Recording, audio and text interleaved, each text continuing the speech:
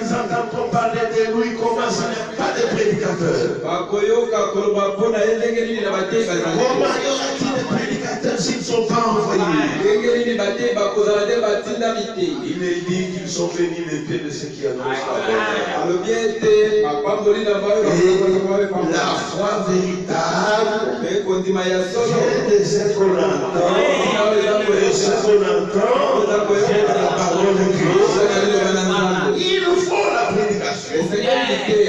C'est là que Dieu sauve. 22. Les Juifs demandent des miracles. Les Juifs. Amen. Ils demandent de chercher la sagesse. Ils aiment la philosophie. Ils avaient beaucoup de grands philosophes. Mais nous prêchons Christ crucifié. Scandale pour les Juifs, folie pour les païens, mais puissance de Dieu et sagesse de Dieu pour ceux qui sont appelés en Juifs et Grecs. Amen. Il a payé le prix au Calvaire. Il a même payé le prix au double. Amen. Comme un proche parent qui venait racheter les champs de son frère qui avait perdu à cause du dette.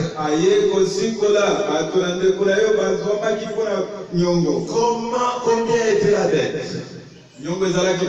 Non, c'était $300. Alors, pour acheter son frère, lui paye $600.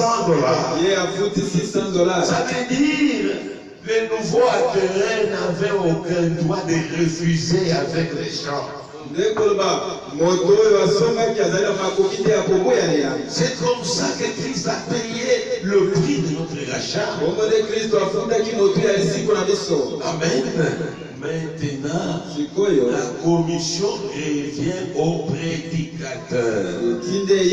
Que Dieu envoie. Comment s'obtient ce salut-là? Il faut que l'évangile soit prêché.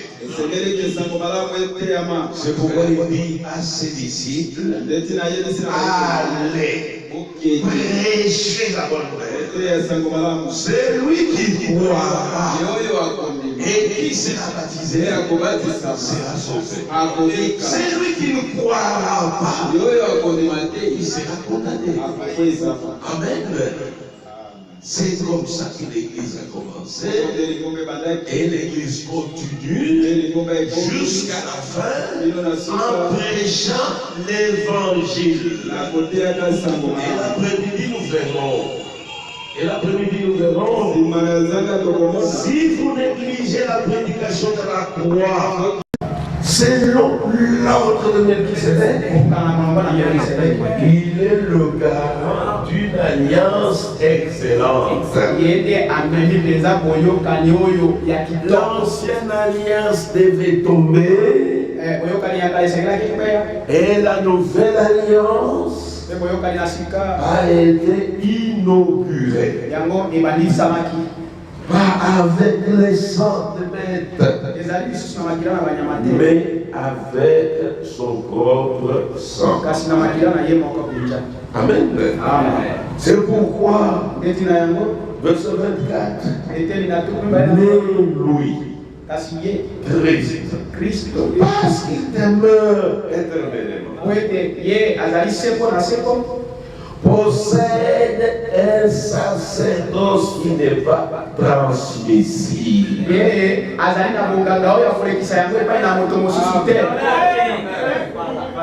Le sacerdoce de notre Seigneur Jésus-Christ, c'est un sacerdoce qui n'est pas transmissible. Personne ne remplacera Jésus.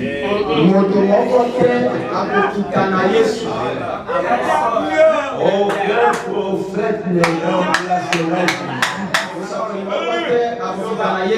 Même pas le dernier prophète. Il ne prendra jamais la place de Jésus. On remplace quelqu'un qui n'est pas là. Mais lui est là.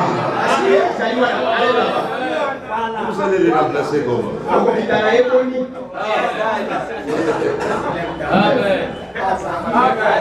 Comme un cantique d'un musicien là-bas, je ne sais pas, au Congo Braza, au Congo Kinshasa.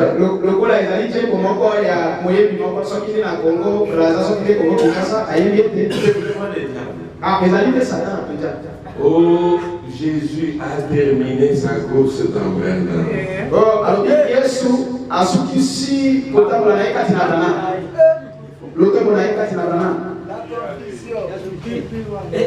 C'est peut-être Brandon qui a terminé sa course.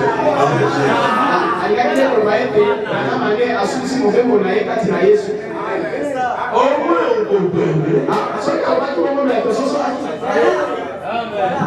C'est un sacrificateur pour toujours. Amen. Amen. C'est pourquoi les sacerdoces devaient tomber. Devaient être remplacés par le sacerdoce de Melchizedek. Amen. Amen. Écoutez bien le verset 25. C'est aussi pour cela qu'il peut sauver parfaitement ceux qui s'approchent de Dieu par lui. Étant toujours vivant pour intercéder à leur faveur. Amen. Amen. Il est vivant. Si vous vous approchez de Dieu par Jésus-Christ, il vous sauve parfaitement. Et même quand vous trébuchez, il est là comme votre avocat et il intercède pour nous. Abraham n'intercède pas. Verset 26. Il nous convenait en effet d'avoir un souverain sacrificateur comme lui. Saint. Innocent. Innocent, il n'a pas de faute. Sans tâche. Séparé des pécheurs. Plus élevé que les cieux. Il nous fallait un tel souverain sacrificateur. Amen. Amen. Mais tous les autres sacrificateurs avaient des fautes. Amen. Ils n'étaient pas tous saints. C'était déjà beaucoup de fautes. Mais Jésus, il sait que devant les Juifs.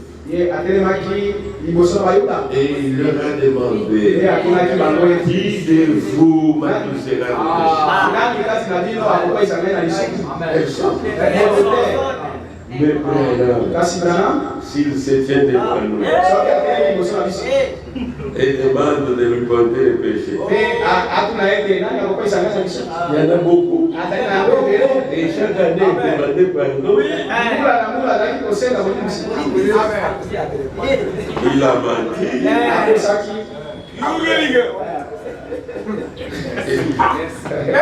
Nous lirons ça le prochain jour. Amen. Amen. Comme on nous a aidé ce matin, Branham était un homme. Un homme de Dieu, envoyé par Dieu, avec un message de Dieu. Et lui-même nous a dit, ne regardez pas au messager, regardez au message. Amen. Frère, il y a des gens qui disent, oh, si Branham n'était pas venu, Dieu est capable de soutenir les militaires.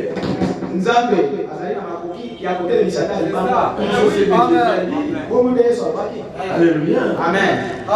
Mais si Jésus n'était pas venu, lui a une puissance d'une vie impérissable. Amen. Amen. Verset 27. Qui n'a pas besoin comme le souverain sacrificateur d'offrir chaque jour des sacrifices, d'abord pour ses propres péchés, ensuite pour ceux qui peuvent, car ceci il l'a fait une fois pour toutes en s'offrant lui-même. Amen. Frère, les autres souverains sacrificateurs, ils faisaient des sacrifices d'abord pour eux-mêmes. Parce que c'était des pécheurs. Après avoir fait des sacrifices pour eux-mêmes, ils faisaient des sacrifices maintenant pour le peuple. C'est différent avec Jésus. Lui n'a pas à faire des sacrifices pour lui-même. Il s'est donné seulement lui-même un sacrifice pour nous. Et il l'a fait une fois pour toutes. Verset 28. En effet, la loi établit souvent un sacrificateur des hommes. Sujet à la faiblesse. Mais la parole du serment qui a été fait après la loi établit le Fils qui est parfait pour l'éternité. Amen. Frère, les sacerdoces de l'Ancien Testament, c'est un sacerdoce faible qui a échoué. Et c'est remplacé maintenant par un sacerdoce fort, soutenu par un homme parfait, le Fils de Dieu, et il a été établi pour l'éternité. Amen. L'ancienne alliance était vraiment une prophétie, une ombre. Alléluia. Aujourd'hui, nous n'avons pas besoin de prendre un avion et d'aller à Jérusalem. C'était dans la loi. En Israël, vous péchez, il faut prendre un agneau et amener au temple. Vous posez vos mains sur votre sacrifice. Vous vous répandez comme pour transmettre vos péchés sur la bête. Et on égorgeait la bête entre vos mains. La bête mourrait à votre place. Amen. Et vous vous rentrez libre.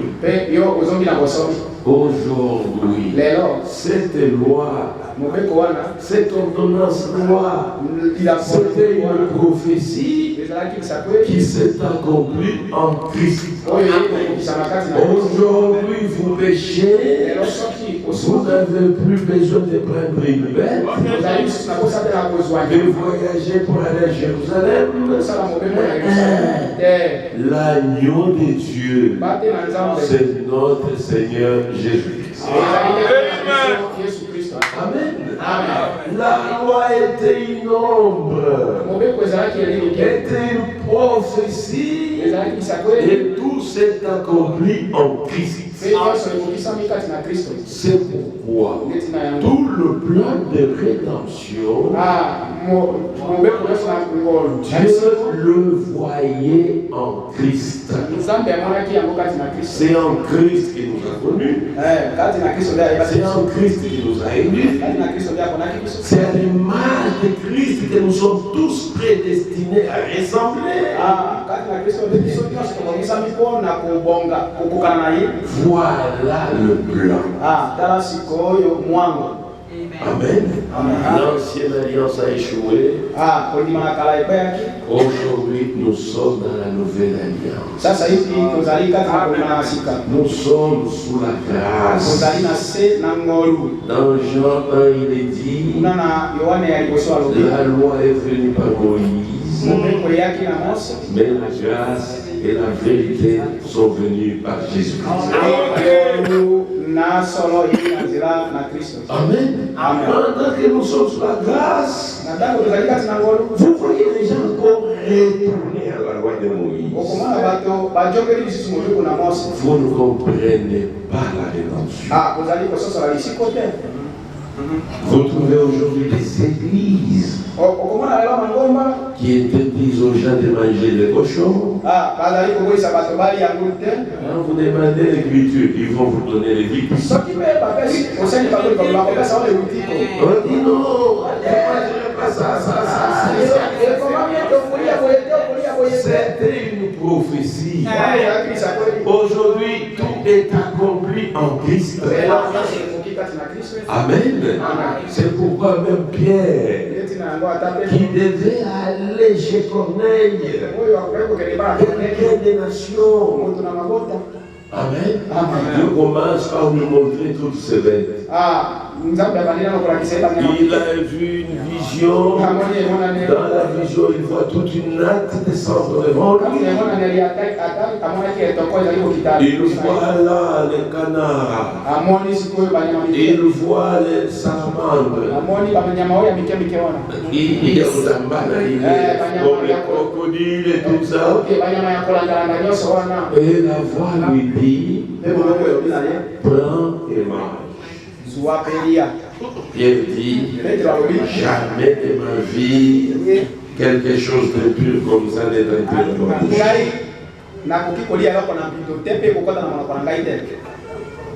La voix revient. Prends et mange. Non. Dieu lui dit, tu ne peux pas appeler impur ce que moi, Dieu, j'ai purifié.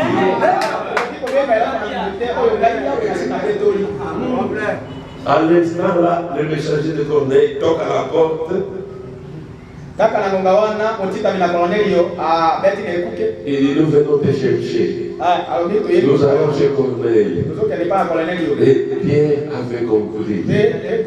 Là où il est allé, il a mangé de lapin. Oui. Parfois, quand il rentre parmi les Juifs, par crainte d'être jugé par les Juifs,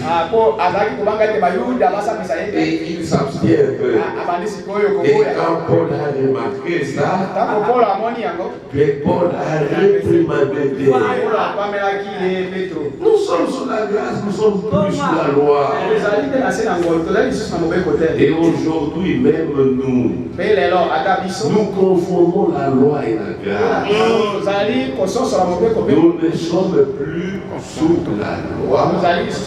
Nous sommes sous la grâce. Amen. Mais les commandements, Alléluia. Les commandements demeurent. Amen. Les lois, les ordonnances relatives au culte, ça c'est accompli en Christ. Et Jésus dit, je ne suis pas venu abolir la loi, je suis venu l'accomplir. Il a accompli la partie prophétique, mais les commandements demeurent. Tu ne commettras point d'adultère. Ça demeure. Et Jésus a même renforcé ces commandements. Aujourd'hui, si tu regardes une femme pour la convoiter dans les cœurs, tu as déjà combien de fois avec elle? Amen. Les commandements ont été renforcés. Aujourd'hui, les frères disent, quand vous enseignez les commandements de Dieu, oh, ça c'est la loi, ça c'est la loi, nous sommes sous la grâce, pour se donner une liberté dans le péché. Les commandements de Dieu demeurent. Amen. Et ces commandements-là, avant même que ça soit écrit, c'était même dans la conscience.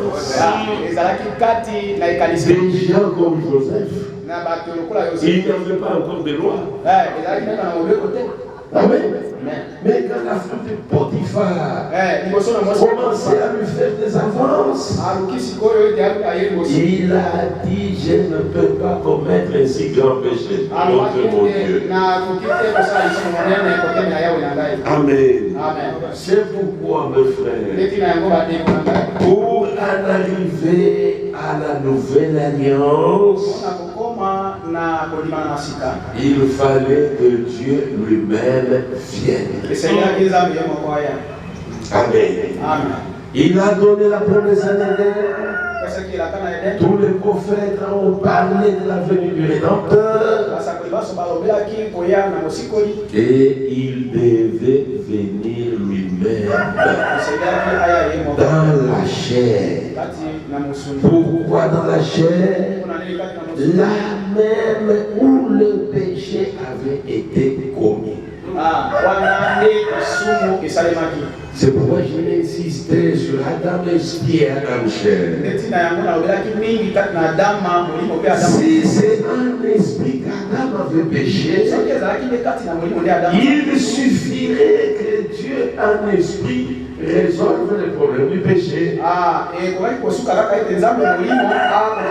Le péché n'était pas dans l'esprit, c'était dans la chair. C'est pourquoi il fallait que Dieu aussi vienne dans la chair et qu'il ait aussi du sang. Amen. C'est là que ça est dit. C'est son Seigneur que vous connaissez. Nous gagnons du temps. Il dit que dites à tous ceux qui ont le cœur troublé qu'ils prennent courage. Voici votre Dieu. La vengeance viendra. La vengeance viendra la rétribution de Dieu.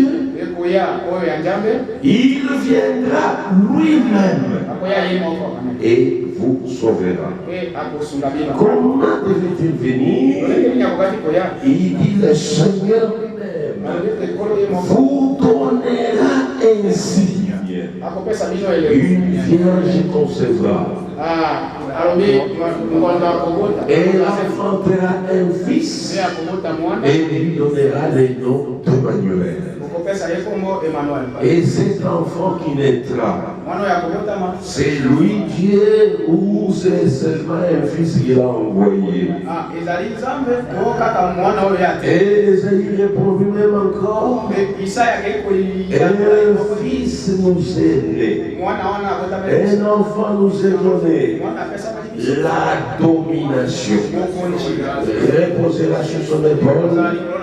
On l'appellera admirable, conseiller, Dieu puissant. L'enfant là, c'est le Dieu puissant. Il est le Père éternel.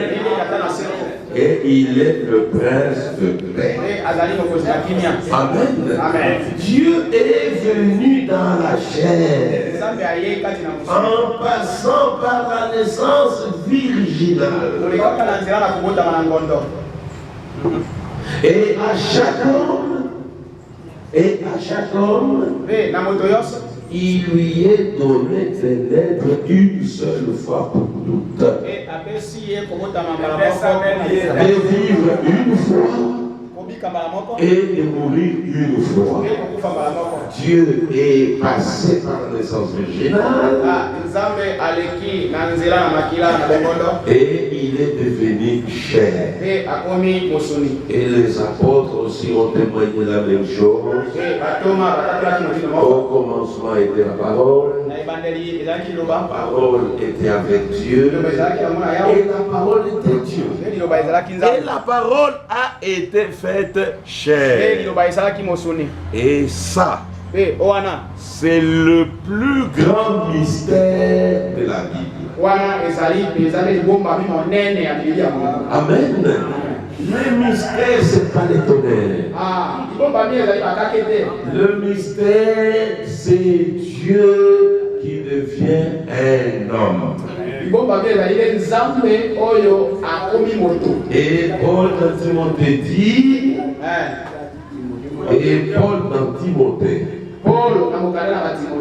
il dit, le mystère de la piété est grand. Dieu a été manifesté en chair. Amen. Frère, si Dieu n'était pas venu lui-même, personne ne serait sauvé. Et terminons cet avant-midi d'abord par Apocalypse chapitre 5.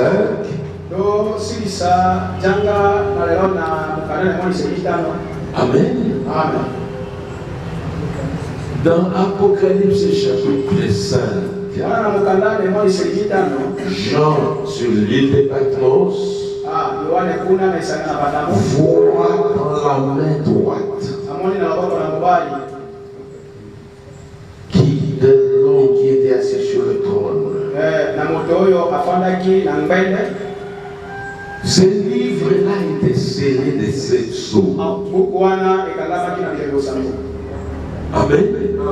Une voix crie, qui peut s'avancer, prendre le livre, sceller de 7 sceaux et briser les sceaux. La Bible dit, personne ne fut trouvé au ciel. Au ciel, Jéhovah est là. Dieu est esprit. En tant qu'esprit, il ne peut pas nous sauver. Les anges étaient là. Les anges ne pouvaient pas nous sauver. Et quand on vient sur la terre, personne ne fut trouvé. Frère Branham commande. Tous les prophètes étaient là. Les sacrificateurs, les papes, les cardinaux, tous les pasteurs, tous étaient là. Quel pasteur s'est avancé pour prendre les livres? La Bible dit personne. C'est pourquoi, frère, il n'y a aucun pasteur qui sauve. Il n'y a aucun prophète qui sauve. Les anges ne sauvent pas. Branham ne sauve pas. Alléluia. Personne ne s'y trouvait. C'est pourquoi les gens ont commencé à pleurer. Il pleurait quoi? Parce que lui-même se voyait perdu. Et qu'il voyait toute la race humaine perdue. Pendant qu'il pleurait, un vieillard vient de toucher à l'épaule. Il dit, Jean, calme-toi. La solution a été trouvée. Quelle solution? Le vieillard lui dit, les lions de la tribu de Juda